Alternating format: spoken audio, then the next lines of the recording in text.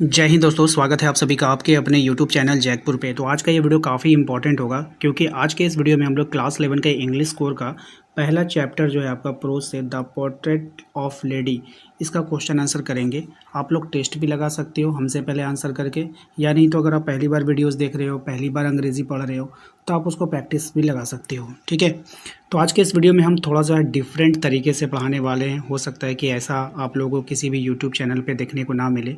अगर आप लोग कमेंट करोगे कि आज का ये वीडियो आपको कैसा लगा, ज़्यादा से ज़्यादा लाइक करोगे और शेयर करोगे दोस्तों को, तो जैसा आप लोग बोलोगे फिर मैं लगातार आप लोगों को इस तरह के वीडियोस बनाकर लाऊंगा। ठीक है, तो प्लीज़ हमें कमेंट बॉक्स में ज़रूर बताइएगा। चलिए देखिए, सबसे पहला सवाल आपके स्क्रीन पर आ चुका है। पहले सवाल में देखिए आपसे पूछा गया है कि why did the grandmother keep one hand on her waist, यानी कि जो दादी माँ ने अपनी कमर पर एक हाथ क्यों रखा। आपके पास ऑप्शन है, देखिए ऑप्शन है टू सिट यानी कि बैठने के लिए, टू बैलेंस हर स्टूप यानी कि अपने झुकाव को संतुलित करने के लिए। होता है ना, कोई इंसान झुक जाता है तो उसको मतलब वो गिरे ना, इसलिए कमर पे हाथ रख लेता है।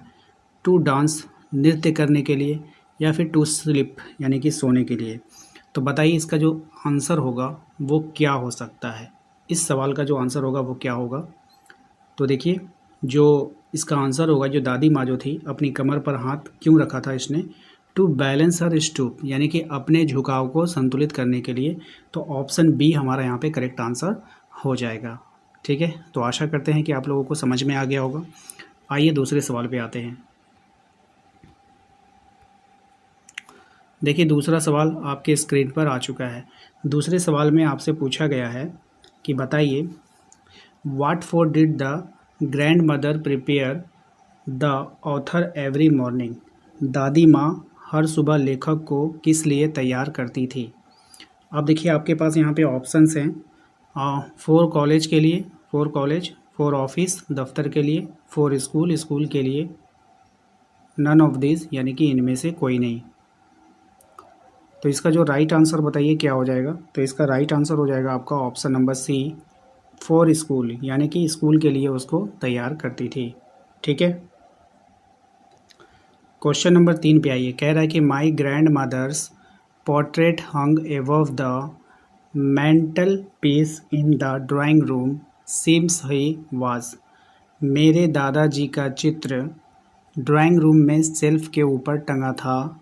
इसका मतलब है कि वह, इसका मतलब है कि वह, ठीक है, क्या हुआ, डेड यानी कि मृत थे, एलिव यानी जीवित थे, ग्रेट पर्सनालिटी यानी कि एक महान व्यक्ति थे, नन ऑफ दीज इनमें से कोई नहीं।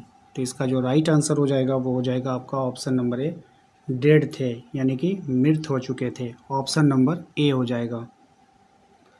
क्वेश्चन नंबर 4 में कह रहा है कि narrator's grandmother had been old and wrinkled, है ना, कथावाचक की दादी माँ बूढ़ी और झुर्रियों वाली थी। ठीक है, कितने वर्षों से थी, for 10 years, for 15 years, for 20 years, for 25 years. इसका सही जवाब हो जाएगा फॉर 20 ईयर्स यानी कि 20 वर्षों से। ऑप्शन नंबर सी हो जाएगा। ठीक है, आशा करते हैं कि आप लोगों को अभी तक सारा सवाल, 4 सवाल मैंने बताया, चारों समझ में आ गया होगा। क्वेश्चन नंबर 5, क्वेश्चन नंबर 5 में पूछा गया है the grandmother accompanied her family to see off and receive, दादी माँ अपने परिवार के साथ विदा करने और स्वागत करने जाती थी। किसको, यानी ग्रैंडसन को यानी पोते को, ग्रैंड डॉटर यानी पोती को, सन यानी बेटे को, डॉटर यानी बेटी को। ठीक है, सही जवाब हो जाएगा इसका ग्रैंडसन यानी पोते को। ऑप्शन नंबर ए इसका यहाँ पे करेक्ट आंसर हो जाएगा। आइए क्वेश्चन नंबर 6 पे आते हैं।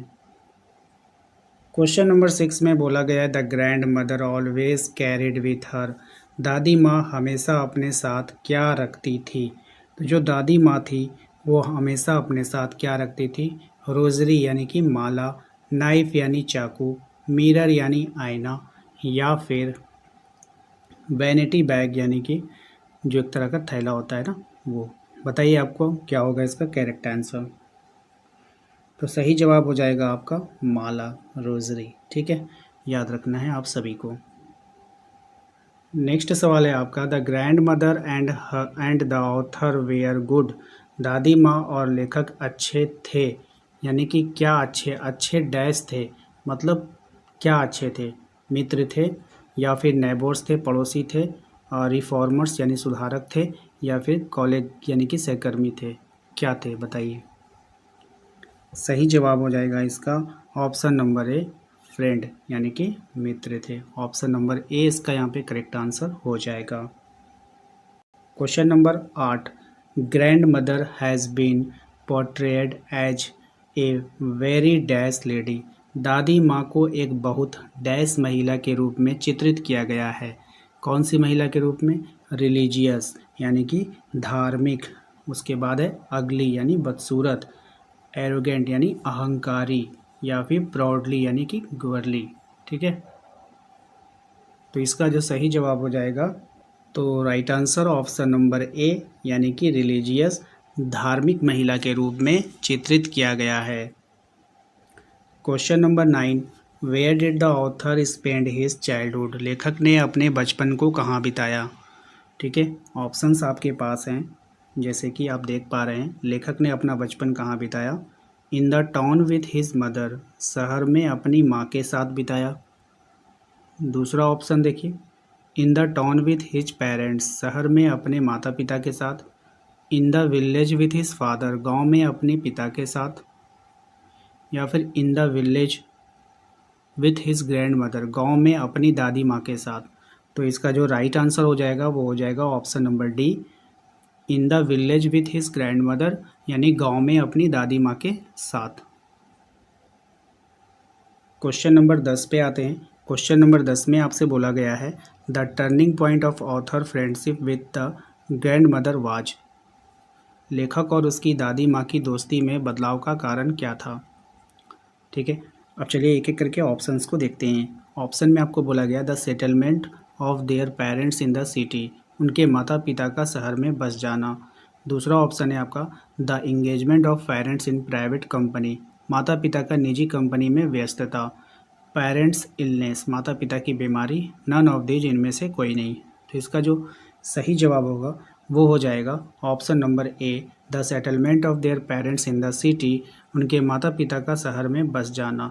यही कारण था कि लेखक और उसकी दादी माँ की दोस्ती में बदलाव का कारण। ठीक है, तो ऑप्शन नंबर ए इसका यहाँ पे करेक्ट आंसर हो जाएगा। ठीक है, तो आशा करते हैं कि आप लोगों को आज का ये वीडियो पसंद आया होगा। ये मेरा एक न्यू प्रयास था, मैं कोशिश कर रहा हूँ कि आप लोगों का हिंदी इंग्लिश ट्रांसलेट करके आप लोगों को बताऊँ, ताकि आप लोगों को ज़्यादा मेहनत ना करनी पड़े, एक बार में समझ में आ जाए और आपके एग्ज़ाम में अच्छा नंबर आप ला पाओ। ठीक है, वीडियो कैसा लगा हमें कमेंट बॉक्स में कमेंट करके ज़रूर बताइएगा। वीडियोस बनाने में काफ़ी सारा मेहनत लगती है, इसलिए एक लाइक करना बिल्कुल भी ना भूलें।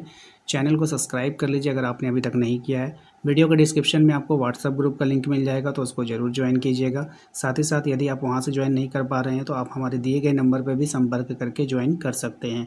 मिलते हैं नेक्स्ट अगले वीडियो में। Thank you.